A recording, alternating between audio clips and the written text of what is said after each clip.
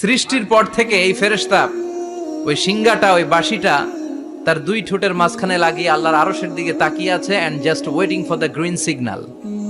আল্লাহর পক্ষ থেকে সিগন্যাল আসার অপেক্ষায় আছে যে আল্লাহ কখন বলবে যে ফু দে। সুবহানাল্লাহ কোন। তিনটা ফু দেওয়ার জন্য রব্বুল আলামিন একটা ফেরেশতা বানালেন।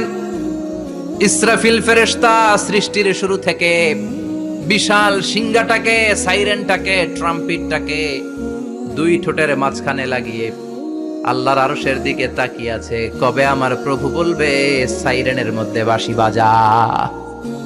He is waiting. ঠিক এই মুহূর্তে যখন আমি কথা বলছি আর আপনারা শুনছেন, ঠিক এই মুহূর্তেও ওই সাইরেনটা ওনার দুই ঠোঁটের মধ্যে লাগানো, আর উনি আরশের দিকে তাকিয়ে অপেক্ষা করছে কখন আমার রব আদেশ করে, আর তখন আমি সিংহায় ফুৎকার দিয়ে গোটা বিশ্বটারে মেসাকার বানিয়ে দিব। সুবহানাল্লাহ।